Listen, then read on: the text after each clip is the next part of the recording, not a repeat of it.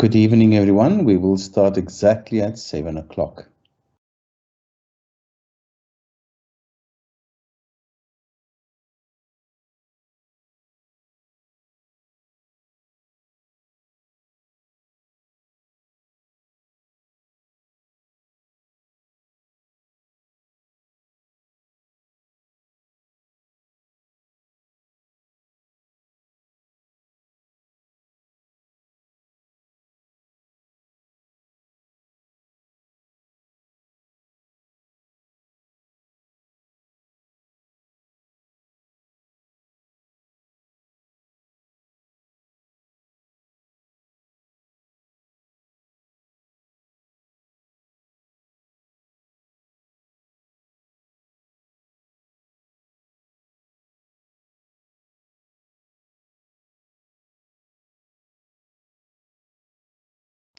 Good evening, everyone, and welcome to this evening's parent webinar.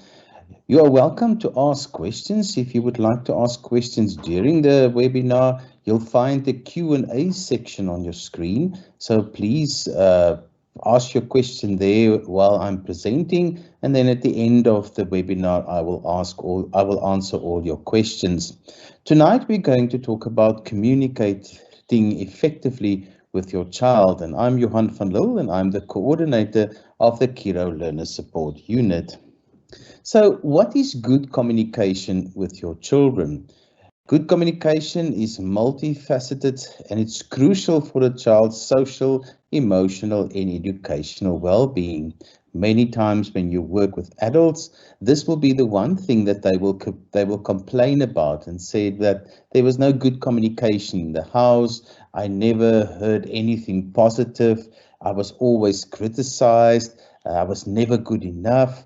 Nothing that I did got any positive feedback, or maybe sometimes to the other side, it was always too much to be good to be true. It was just too much communication.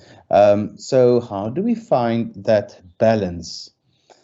Remember, good communication is a two-way street. It's more than just talking to your child. It includes a very important aspect, and that's how to listen to your child, how to understand your child, and how to interpret what your child is saying to you or showing to you. Remember, every behavior is a form of communication. So, in many ways, we have to listen and see and read and interpret their behavior to hear what they are communicating to us. It's also important that we will use age-appropriate language. We have to adapt our communication child to a child's developmental stage. But it is important when they are babies, we don't do baby talk. That's not what I'm saying. But sometimes you need to keep your communication maybe more concrete, and other times you can, when they're older, you can make it more abstract, and to be very aware that children can't really understand things like sarcasm and all those things. They just don't understand it. So keep it age appropriate, and then create a safe space for them, a judgment-free zone where they can share anything. The moment when children feel that I can't tell my parents this, then you always need to think how judgment-free is the zone where they are communicating. We're going to talk a lot tonight about active listening. It's a way to show children that you understand, that you are actively engaged in the conversation, and that you really hear them, and that you not only listen to them, but you hear them, and that you really try to understand what they are saying. And then I think good communication is all about proactive engagement, to really initiate regular quality interactions with your child during bedtime. But remember, communication is not only talking to your child, reading to your child a story, listening to something on the radio, just having them being part of a conversation. All of that is part of communication. And then to focus a lot on emotional intelligence as part of good communication. And that's all about verbal and non-verbal cues. facial expressions, all those things, bringing in emotions, self-awareness, resilience, all those things are part of good communication with children. And then it's also important that we prepare children for effective communication, because that will help them also be successful in school and later in life. So what are the challenges with communication with children? I think one of the challenges that we sometimes face is the limited vocabulary and ability for expression, especially if you don't spend all the day, all time, every day with your children. Me as a working dad, I sometimes feel that me and my child don't always have the same vocabulary. It's difficult sometimes for me to express complex thoughts or emotions in a language or a code or a register that they will understand. So it's sometimes very frustrating for parent and child. I'm away a lot from my home, and then talking to my child on WhatsApp video call, it's very difficult to have a long conversation. Sometimes it's just, how was your day? What did you do? And then it's over. But I always say that that constant form of communication is just important to keep that contact. And then technological distractions is a reality. You know, smartphones, tablets, other electronic devices. It severely limit the face-to-face interaction we have with our children. They get also frustrated and irritated if you now want to have a meaningful conversation while they are engaged on their phones. I think time constraints is something that I really find challenging, especially with our busy lives. Finding quality time to sit and talk without any distractions is really a challenge. And the lack of time, that we have to talk about critical issues is sometimes very challenging. Something that worked for me when I travel a lot is to say every night at 7 o'clock, no matter what, I will call my child. And it works well, even if it's only for 30 seconds, but I keep to that, and it's important for them. And then the inconsistent messages from other influences like peers and teachers and media can often contradict the value or the guidance we as parents trying to convey to our children and to develop with them. And that's creating confusion and sometimes a lot of inner conflict in children. And then the lack of active listening. Sometimes we are busy with other things, and it's very difficult then to practice active listening. But I'm going to come back to active listening just now. And then sometimes we just don't have the questioning techniques that it's required to have a conversation, like closed-ended questions like was school fine, often yield a one-word answer like yes or no or fine. And that's really shutting down meaningful conversations even before it begins. And then resistance to change. As children grow, their needs and methods of communication evolve. The need of a teenager is so much more about identity and values than for a 6-year-old. So parents may struggle with adapting their communication style to these changing needs. I want to do this tongue in the cheek, but it is important that we talk about the things not to say to your children. Working in my field, I often stumble upon these things, so I want to address this. The one thing, never tell your child, you're so lazy, you're so stupid, you're so clump, but actually never tell them you're so. Because this labeling can really negatively shape a child's self-image and confidence. And sometimes these labels can be internalized and become really self-fulfilling prophecies. Sometimes we do say, stop crying. It's not a big deal because we are in the middle of something, we're in a hurry. And this invalidates a child's emotions and feelings, teaching them to suppress their natural emotional responses. In fact, not to be aware about their emotions and of their emotions, and also then limits their emotional literacy, which they really need to be anxiety resilient and all those things. And then I'm disappointed in you is something we often use, especially when they did something wrong. It may instill a fear of failure and create anxiety over making mistakes. The focus should be on the action and not the person. So if you say, I'm disappointed in you, it's all aimed at the person. But if you say, I'm disappointed because something break, then it's or something fell or there's a mess is different. But the moment when you directly express your disappointment in your child, it's really harmful and in the long run not great for them. And then sometimes, I mean, sometimes we're just human. We say, why can't you be more like your brother, or why can't you be more like your sister? It's really not great for them. And then when they make a mistake, or they fell, or they got hurt, or something went wrong, and you tell them you're fine, it really dismisses a child's feelings and might discourage them from sharing their emotions in future. So if they tell you, I'm scared, then you tell them, but you're fine, it's okay. It really, we would like to acknowledge the feeling. We would like them to say, it's okay to be scared. It's okay to be lonely, but to tell them you're fine dismisses their feelings. And then again, if you do this by telling them to behave in a way you would like them to behave, if you do this, I really would love you more.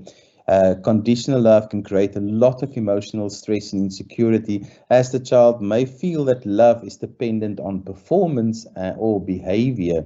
And you will be surprised how many parents do this. Wait until your dad or your mum hears about this. These statements create fear and anxiety while also undermining the authority of the other parent, and it's really putting the other parent in a very difficult position. I told you so is one that we really like to use, not only with our children, but everywhere, even with friends and relatives, because this adds no constructive value to the situation and may make the child reluctant to try new things, because it really instills a fear of failure. I told you so. It's really just pointing at deconstructive the communication. And then you make me so mad, you make me so happy, you make me so sad. It's with that you can trigger demand avoidance, because you kind of put a burden or a demand of responsibility on the child for the parent's emotional state. If you tell them you make me mad, you make me angry, you make me happy, you make me sad, is not what you use. It's the words you should use is that when you do this, I feel like this. When you do this, I feel, but they can't make you like that. It's what they do makes you say, when you do this, when I see this, that's when I feel like this. So then you still own your own feeling, because you really put responsibility on them. If you say, if you're going to win today, you will make me very happy, that's a huge demand you put on a child. It's a huge burden. You can say, if you win today, I will really be very happy. I will really feel very happy. So then you still own your own emotions. And then you get this a lot with your authoritarian parents, the lions, as we call them, the dictators and the controllers. Those are the parents that say, because I said so. This phrase lacks an explanation and can really inhibit a child's understanding of reasoning and consequences, because there's no negotiation, there's no democratic principles in there. You just pull rank on them. You're just like a lion who kind of blasted them and said, because I said so. And that's not teaching them any life skills. So what should you say to your children? I think the first one, that you can't say enough, I love you. This is simple, but the most powerful affirmation that really reinforces security and attachment. I deal with a lot of adults, and so many of them tell me, you know what, my dad, my mum, nobody ever told me that they really, really love me. So I know we have to say this, but do you? And that's the thing that you really need to think about. And then it's very important to tell children not to say, I am proud of you.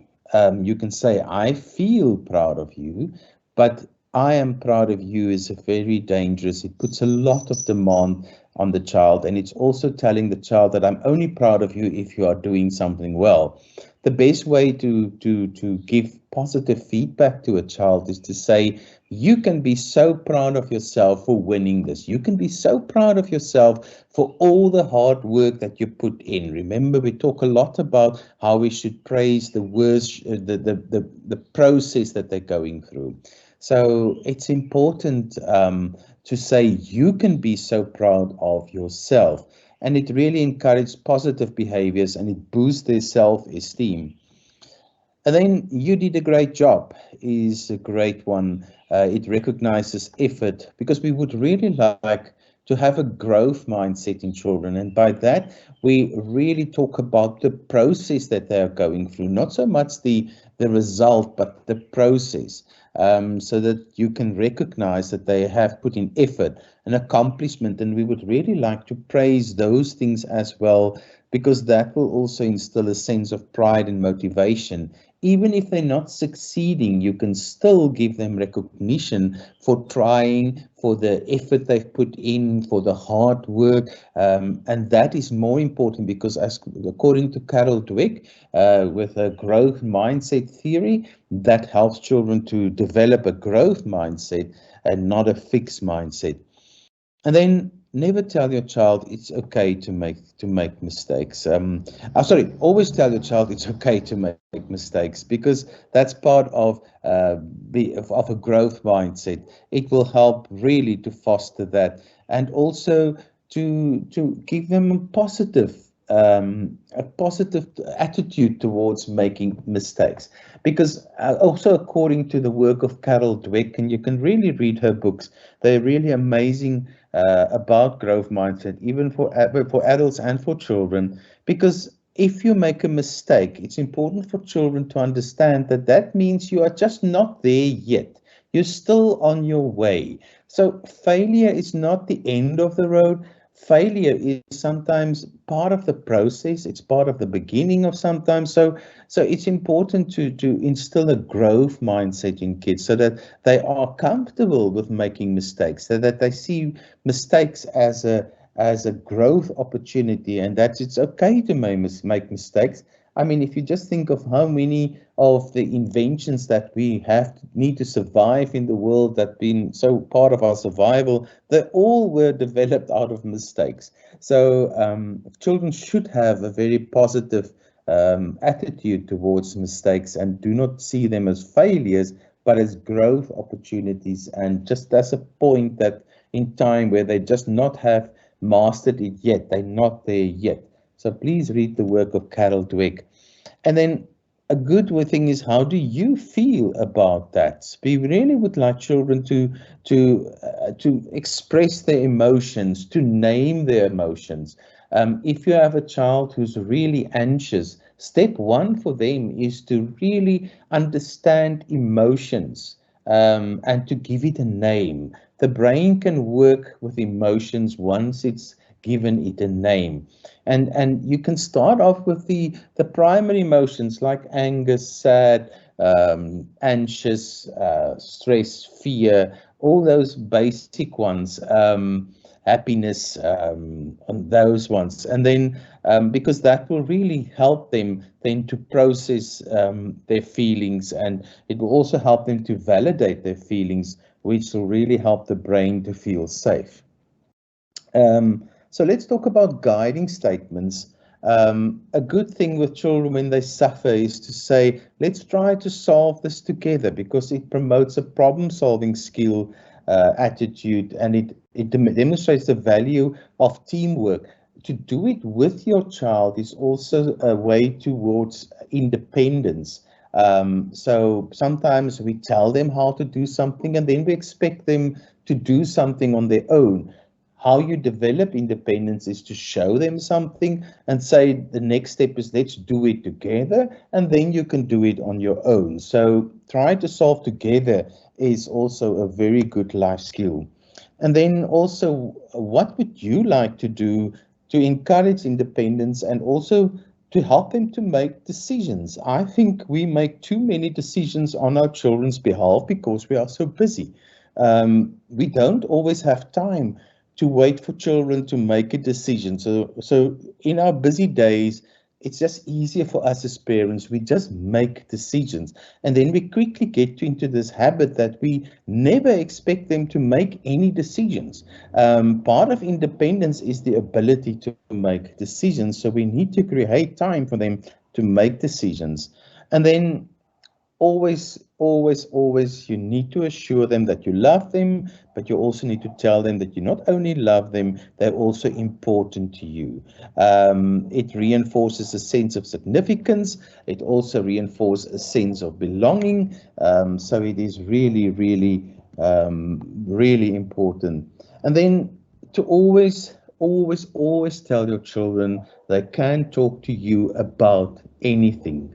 But with that, you can always talk to me, comes the responsibility that whatever they tell you, you will not judge.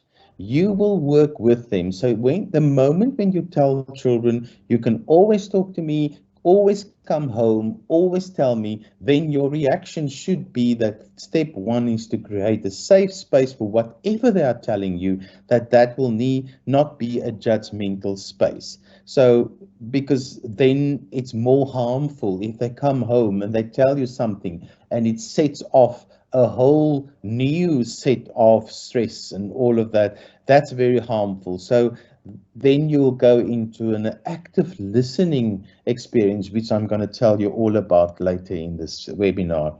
And then also, we need to model to children how to say sorry and how to say to people that you are wrong.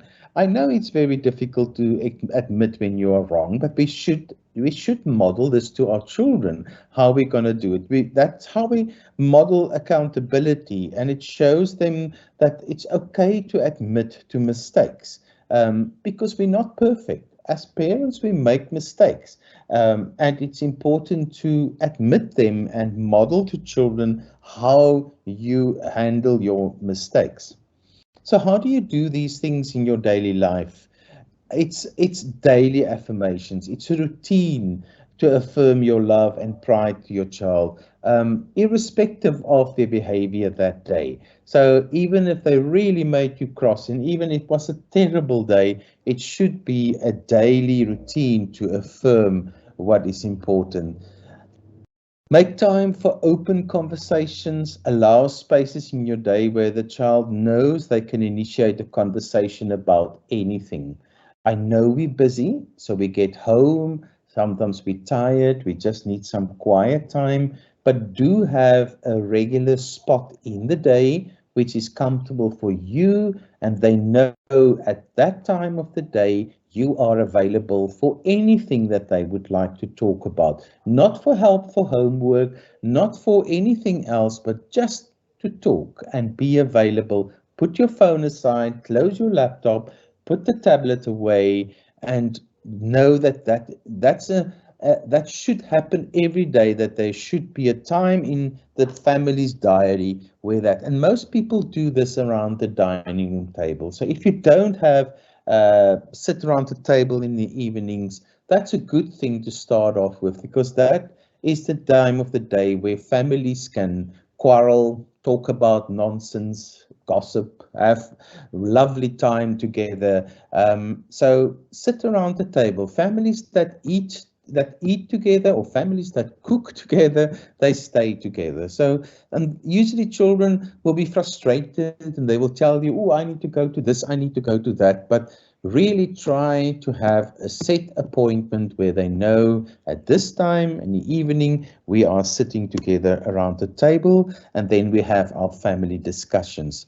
When it's also important that you sometimes will have family discussion time, family meetings where the family can discuss difficult issues.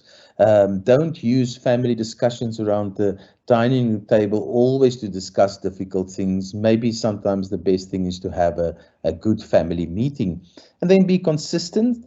Make sure that these affirmations and statements are consistently, not just when the child has done something wrong or something praiseworthy, but there's always something that you can praise.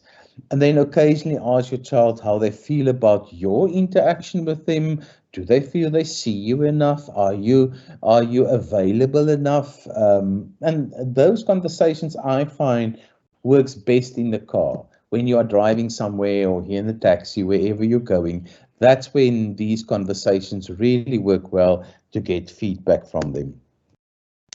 I think one of the most difficult thing, especially from older children, is to interpret it that I'm fine. I know in relationships it's also difficult to know when I'm fine is really fine, but it's difficult. And I think to interpret that is to look at body language. I think parents should all be body language experts. You need to look at their posture. You need to look at their facial expressions, their movements, their behavior. Remember, I said earlier that behavior is one of the most clear ways for children to communicate where they are. And then context matters when it comes to I'm fine. So understanding the situation leading up to I'm fine can really provide valuable clues. Like maybe it was a bad day at school or maybe a failed test. So, and then sometimes it's better not to react on the I'm fine. Rather choose a later time to revisit the issue and talk to it in a relaxed setting. So if they say I'm fine, do not ask any more questions. And then use open-ended questions like, is everything all right? You might say, you seem a bit off today. Anything you would like to talk about? And it's also important then to express your own feelings. And I'm going to talk a bit about iMessages just now. But to say something like, I feel concerned when you say you're fine, but you don't seem like yourself. And then if it comes to toddlers, it's repeating the gibberish back to them sometimes make a toddler feel understood. It works well, and leading them to clarify what they meant. Also, again, look at contextual cues. Use the immediate environment to decode the likely meanings. If they're pointing towards the kitchen while babbling, you know they might be hungry.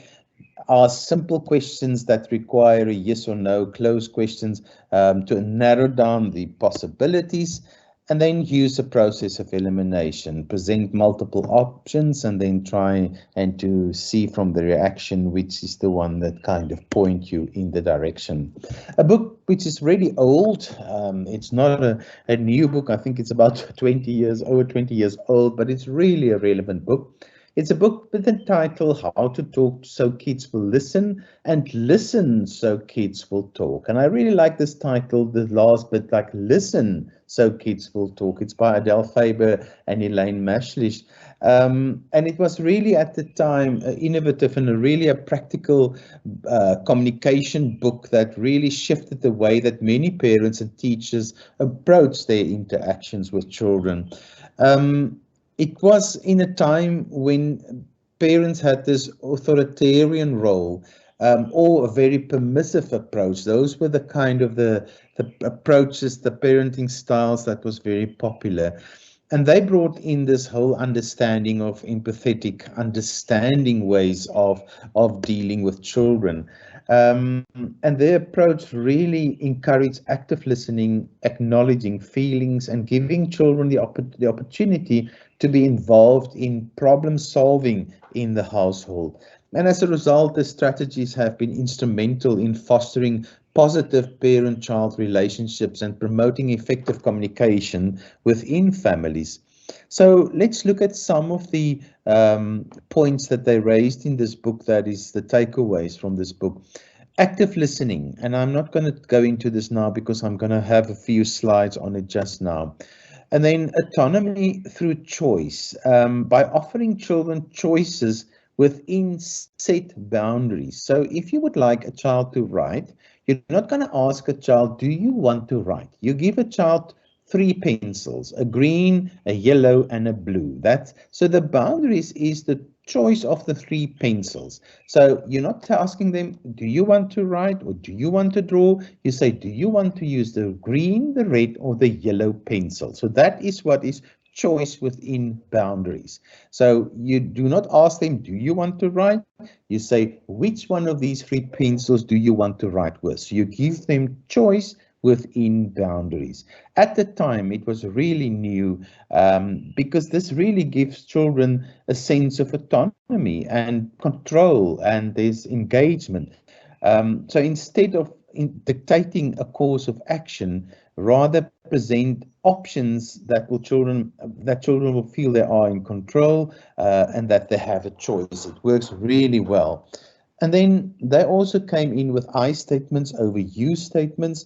So instead of using you statements like you being difficult, they suggested that we use I statements such as I find it hard to concentrate when there's a lot of noise.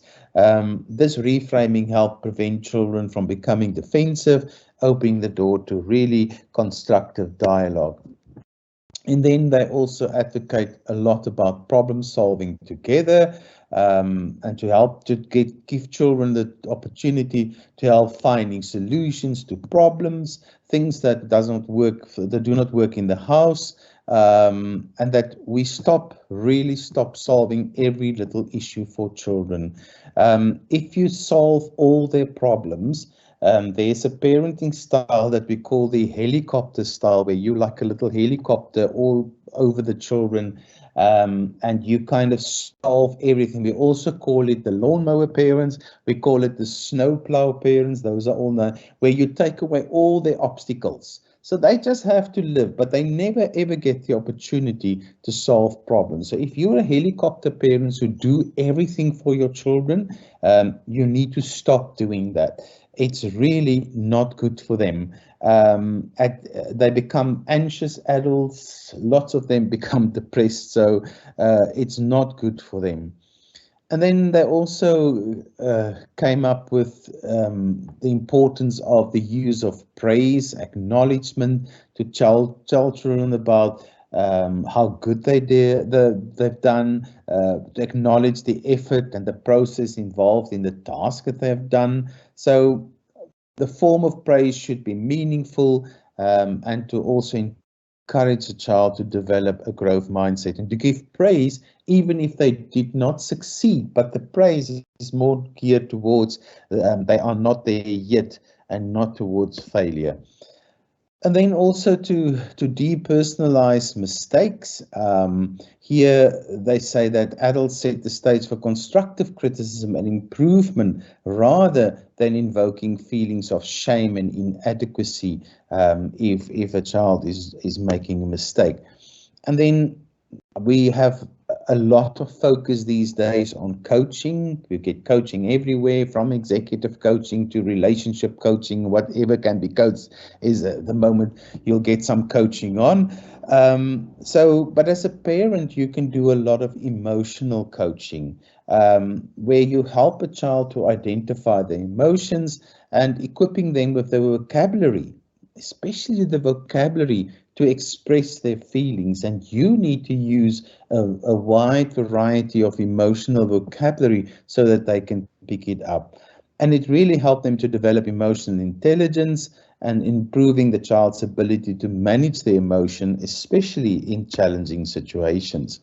I refer to active listening, and I would like to stand still a little bit with this because I think this is the heart of communication with children. So listening is not merely hearing. It's an active process involving full attention, empathy, and a lot of thinking about your response. So the aim is with active listening is to truly engage with conversations with children and thereby establishing a stronger relationship and fostering an environment of mutual respect. As adults, I think we find it very disrespectful if you are talking to someone and you can pick up they are not listening to you. Children are exactly the same. They just don't know what to name it, but they pick it up that they are talking to you and you are not listening to them, and they pick up on this disrespectfulness. So what is active listening? Active listening is a method of listening that involves fully focusing, understanding, comprehending, and there's a difference between understanding and comprehending, and responding to what is being said. The components involved are like verbal engagement. It's using words like I see, yes, go on. Non-verbal engagement, thinking about your body language. Do you look up from your phone? Do you look up from your laptop? Do you nod? Do you make eye contact? Is your posture open to say and inviting me to talk to them? Also to clarify, to ask questions about what they said for you to better understand what they are saying, and then also to reflect with the child, mirroring their emotions and say, I can understand that you feel very embarrassed about what's happening today. I can understand that you are so frustrated with your teacher for not listening to you or for not answering your questions. So give statements so that you kind of establish that you can hear their pain, you can feel what they are feeling, and that is very important. And it brings us to validate feelings, because your opinions are important, but in validating the emotional state is really confirming so much for the child on an emotional level. It's important then also to create, again, as I said earlier, a safe space where the child feels understood, and consequently and trust the parent more, so there will be trust if they know that the space is safe and that you will maintain it no matter what they are telling to you. And active listening helps to build this safe space, and it helps to build trust. And then it also helps with empathy, because if you listen actively, if you acknowledge the feeling that you know they are feeling, and you name it and you mention it and you share it, it really helps with empathy. So let's look at a few practical techniques for active listening. It's really to be in the moment, to remove all the distractions, put your phone away, put your laptop away, switch off the TV, to use open-ended questions that requires more than just a yes or no answer. It's very good to repeat what children are saying for you, to you, and to summarize it. So when they told you something about what happened at the game today, so what I hear is that you had the ball, you were running, somebody tackled you, and you fell really hard, and you were so embarrassed because you did not get as far as you wanted. So you summarize, because that confirms so much to them. And then allow for silence. Some of your best insights that you will get from your child is after a long silence or a pause. It really helps children to open up more. So don't be scared about silences. When you get trained as a radio presenter, that always the first thing they tell you is never be scared of a silence, because usually after a silence, people think a little bit, then interesting things will come out. So you just need to be very okay to wait for that.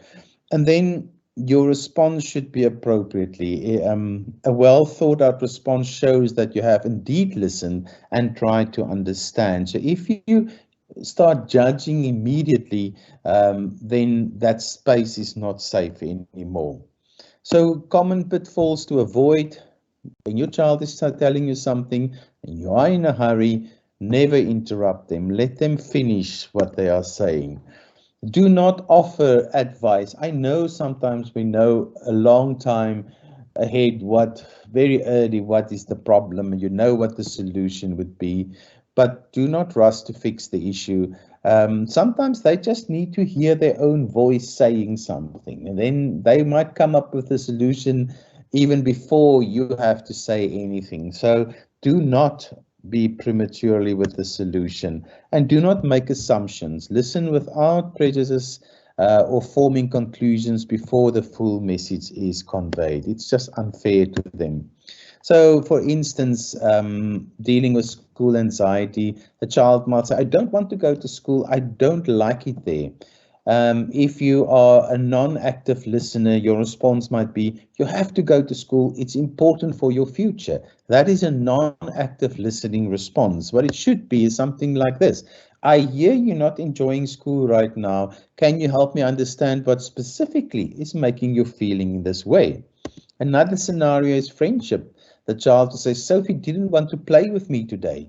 If you are a non-active listener, you might respond, well, maybe she was just having a bad day. Don't think too much about it. But if you're an active listener, this might have been your response. It sounds like you're feeling left out. How did that make you feel? Another example has been poor performance in a subject. Child might come in, get in the car and say, I hate maths, it's too hard. And then you can say, you can't hate maths, it's an essential subject, you have to get better at it. That will be a non-active listening response, and the child will hate it and it will not make sense to the child. A better one will be, I understand that you're finding maths challenging. What do you think is making it so difficult for you? And the last one, when it's about a new interest or a hobby, I want to learn how to play the guitar. And your response when you don't really listen and not active is, another hobby, you should focus on your studies. But an active listening response would be like, that sounds exciting. What sparked your interest in wanting to learn the guitar? And if you kind of listen to them, and then it's much easier to reach to a conclusion where you both agree, where the child feels that you've heard them, you feel that the child heard you, and it will be a much better space to be in it. Remember, active listening, affirm the child's feeling through verbal and non-verbal cues.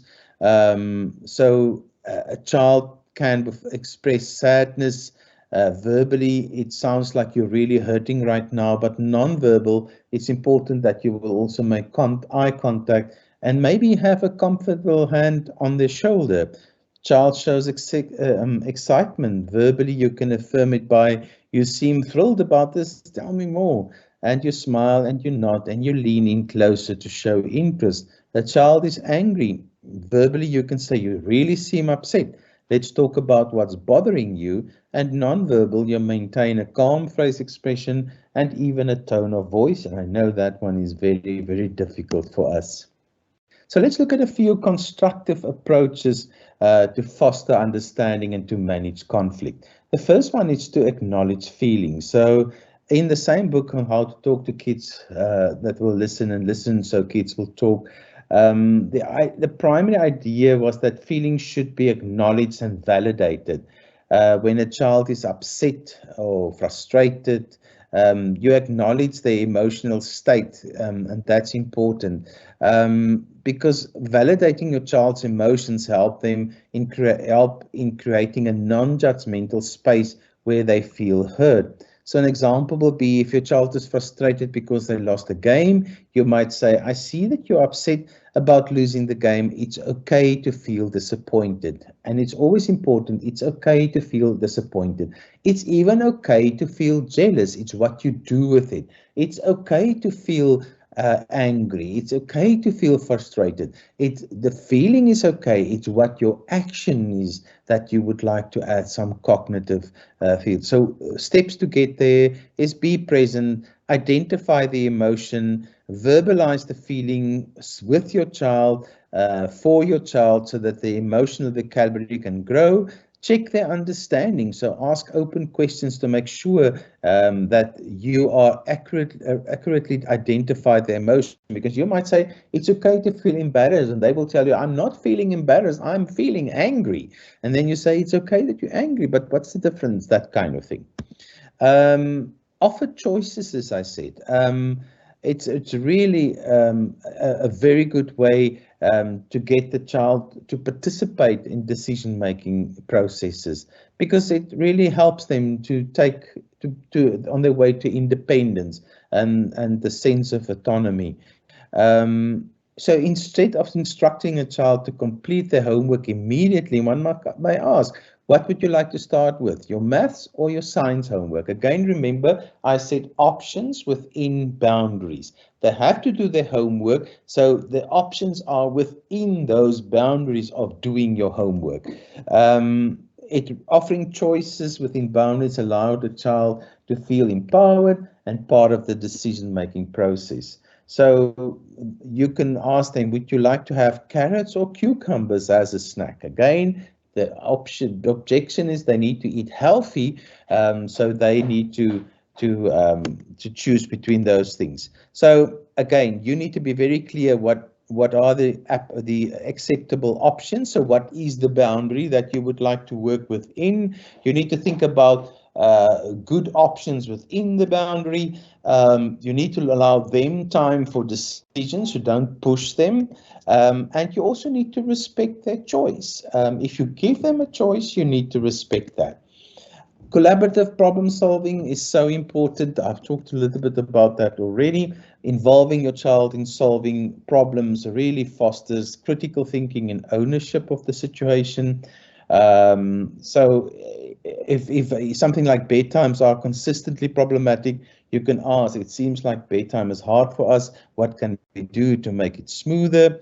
The steps to do that is really, again, to think about what are the acceptable options, to present the choices clearly, allow time for decisions, and respect, again, their choices. It's sometimes also good to really describe the problem. So to tell a child your room is untidy is really not a good way to rather say, I would like you to pick up your clothes, to make your bed. So do not use terms that are you need to describe the problem with very specific information that they can understand and that they can solve. So clean your room is not a good one. I can see clothes and toys on the floor. Will you pick it up is a better way of communicating. So step one, observe, take note of the situation, articulate the problem clearly, wait for a response, and then provide positive feedback. And then the use of non-verbal cues are quite important. And I want to go to the explanation because that's just easier. Sometimes children find it easier to express themselves through non-verbal means, particularly when emotions are heightened. And then if a child is too upset to speak, a parent can offer paper and crayons for them to draw out their feelings. So identify the need, recognize when words are not sufficient, choose the medium, engage, use this medium to interact with the child, and then once emotions have settled, talk about what was expressed non-verbally. I think this one is so important. We really need to avoid lecturing a child and sarcasm. Sarcasm, children can't understand. They just don't have the abstract ability to understand that. Lecturing is sometimes overwhelming. A more empathetic and straightforward style of communication is really recommended, where you really to tell them your room is so nice today, but actually it's a total mess. They won't get that. But if you tell them, I do not like the way that you left your room this morning. I saw this on the floor. I saw this on the bed. Be very specific. Do not use sarcasm. The steps is avoid it. Be mindful. Be aware of your tone and wording. Pause before responding. Take a moment to collect your thoughts and rephrase. You might think anything you would like to think, but rephrase it in a way that children will understand. This is an interesting one where you use role reversal as a communication technique. It can be very effective, allowing the child to express their point of view while assuming the role of the adult can really offer valuable insights into their thoughts and feelings, and thereby facilitating a better understanding of the situation. So allowing a child to step into your shoes can offer insights into their perspective and can be fun and an enlightening exercise. A parent might ask their child to role play being the parent while they act as the child, to discuss things like chores or homework.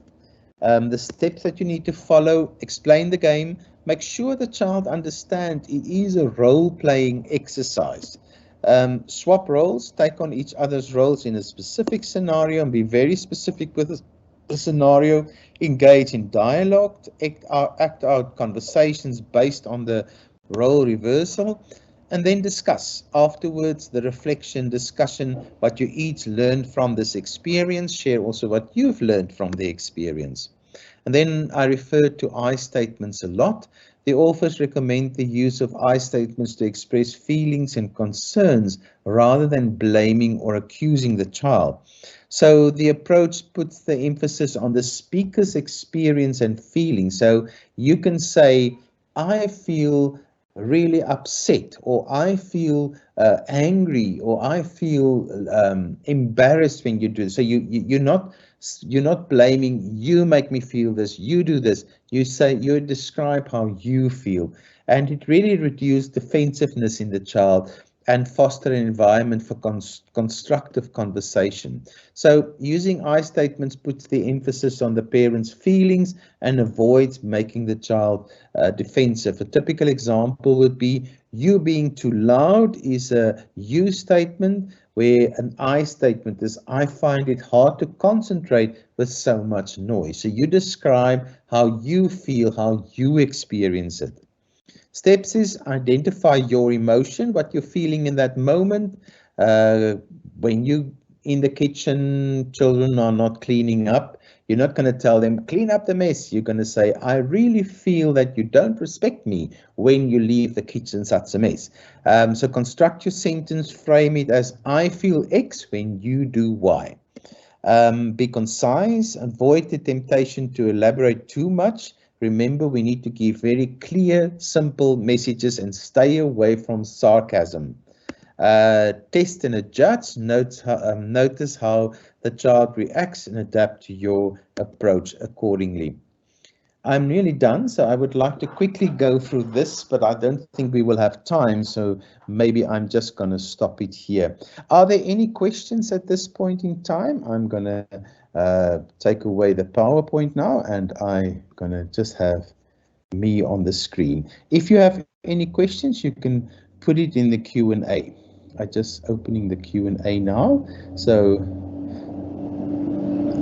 there's a question of, where can I find a copy of this webinar if I want to go back for notes?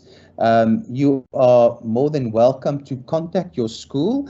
You can ask your school to contact me at the Kiro Learner Support Unit, and then I will forward a copy to you. So you'll get a PDF copy of this.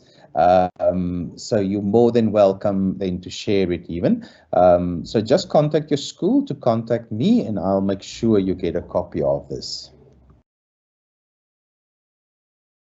I just want to see if there are any more. Yeah, that's the only. If there are any more questions, you can ask them now. You're more than welcome to ask it in the Q&A.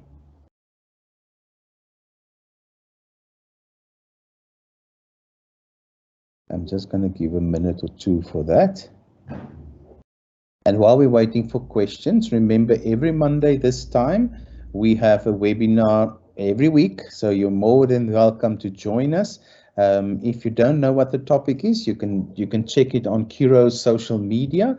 Every week they publish the next week topic round about Thursday, even sometimes over the weekend. They will publish and say what is the next topic. We try to make it as topical for that time of the year as possible. We have very interesting topics for going forward, and I really would like you to join us for them, because we really try to make them interesting. I'm just going to quickly tell you what's going to happen next week. So next week we're going to talk about the balancing act between juggling work and parental responsibilities. I think this one is for me as well. So it's maintaining a balance between work commitments and caregiving, because it can often feel like a tightrope walk. And this session aims then to equip parents with practical strategies and time management tips to effectively meet their professional responsibilities without compromising their role as caregivers. And then on the 6th of November, we're going to talk about the role of parents in your child's academic success. We're also going to talk about the influence of parental relationships on child development. And then we're also going to talk about fear of failure for children. So that's what we're going to have in store for the rest of the year. I see there are, let me just see.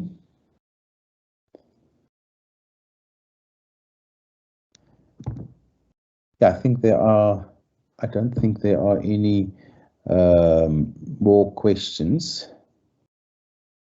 Let me just quickly see. I just want to double check.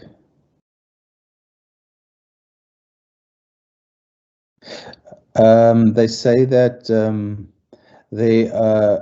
will there be a recording for this discussion? Yes, there is a recording, and it will also be available on our YouTube channels.